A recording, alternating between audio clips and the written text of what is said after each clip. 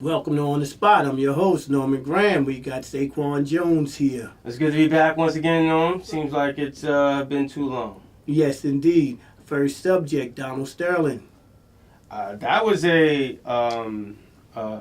hasn't been sort of resolved yet. He's actually not going to pay the $2.5 million that the NBA has required him to pay, and he's going to fight his lifetime ban, as well as what Commissioner Sterling had. Commissioner Silver had recommended that he be banned for life. So he's going to fight everything. My whole situation, and I'll say it again on this show, is I don't think that there should be any sort of repercussions for his actions. We can't legislate morality or acceptance, and the best way to get to any bigot's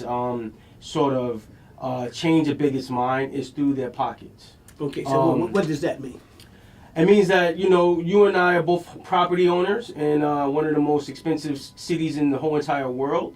And if you said on a private conversation to me... In your house. You're in your house. Yes, in your house. That you hate cockroaches, and Mayor de Blasio has decided that because cockroaches are a national insect, you should get your home taken away from you. And that's what's basically being done. I don't agree with what Mr. Sterling has said or done or his viewpoints, but we can't legislate acceptance, and we can't say that, because you don't agree with a certain race of people that you should have your property taken. So what do you think about what he said, period? I think what he said was despicable. I mean, but he's an 80-year-old Caucasian male.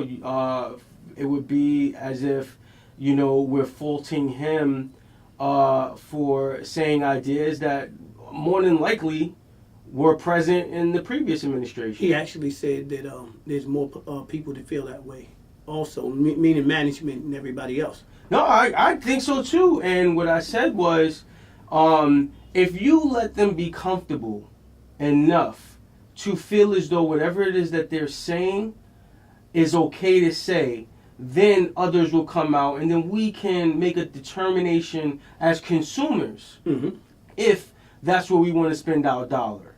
But now, because everyone's going to go into hiding, we won't know who our enemy is. And life will go on the same way it always has, where we're funding companies and individuals who don't have our best interests in mind. What about his wife? There's no possible way that this woman could be married to this man and not either agree or know of his thought processes. Not counting, did you see the clip where she was at the hotels, at the various places that they had for rent, and she was playing an inspector? No, I mean, I never seen anything like that. She was playing an inspector. It's and they sort of asked weird. her, and she said it. She said, yes, she was basically one of the inspectors. It's very weird that a billionaire's wife is actually doing that. I mean, gave her first name. Yeah, well, I mean, if that's the case, I mean, but that's her right though to do that though. Okay, so that's her right. So what do you think the players should have done? What I believe should have done, should have happened is, Commissioner Silver should have said, we live in a country that allows us to have our views, and for me to make a determination on whether those views should be punished financially is not what a capitalistic society is about. Now, then what would have happened was the players would have revolted. The fans would have revolted. And he's responsible for... And he would have been responsible for his own doing. Now, and I said this before too, I'm so sick of us as African Americans being okay with these small victories. And not even a small victory. I'll use the Trayvon Martin situation. George Zimmerman can't get a job. Of course he can't get a job. He can't go anywhere. But people still look up to him. And the fact that the legislation still exists. Sterling may not have an NBA team in the future. But whatever is... The people that allowed him to feel this way still exist. So the way that he's been punished doesn't necessarily do anything. It's sort of getting rid of one rat when we left the nest. Well, I actually said, I put it up on Facebook, and I put the Clippers team up there. This is a photo of weak Negroes. Because I really felt as though what they should have done was don't play. They should have set out 2 games. Let all the players and everybody else sit out 2 games. And what are you going to do now? It changes everything because all the different teams that was in still playing at that time now will be forced to have to figure out a way to get their spot. Like say the Clippers arena. Who do we have? OKC. Everybody. There's different players. Miami. When can you get your spot?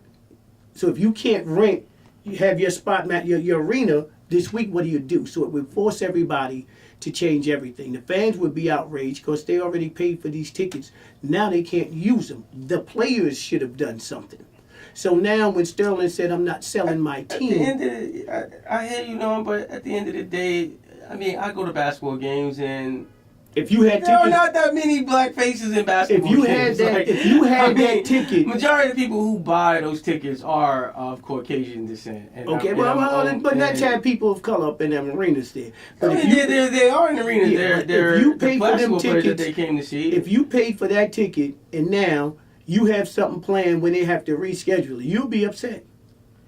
Well, I mean, I'm not, saying the players should have done something. The players should have stood up there and stood for something. Van Gundy spoke about it, and Van Gundy put a real thing out there. Said, "Look, this was your time to shine. This was your time to come out here and say, look, we're not having it, and we're going to do something. And if all the teams would have did it, it would be real big." But I mean, it wouldn't even be a situation where that is actually needed. If they would have let the capitalistic system or the system of capitalism to play itself out, it would have eliminated him by itself. How is that? Because based off of his remarks, sponsors were going, players are going, the coaches, the administration were going. Now, all of the major players are still in place. And there's a culture that he probably put into place in that organization that is going to stay there, but the only person that's not there is Sterling. It would be like almost like, say, you know, your body can exist without an arm or a leg. I mean, it's vital that you have arms and legs, but it's not like you can't live without that.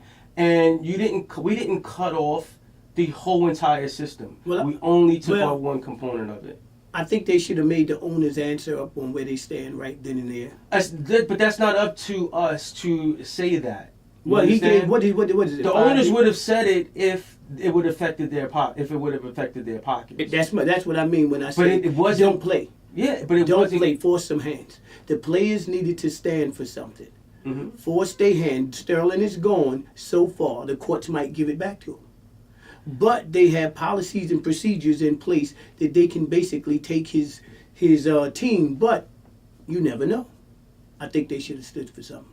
All right. Well, I mean, we don't live in a society of sort of athletes who stand for things the same way when you were growing up. Yes, they did. It's over. Not when even I don't have any athletes that I can look forward to say anything like that. So I mean, you may be looking at this from a different time standard. So we'll be back. Different subject.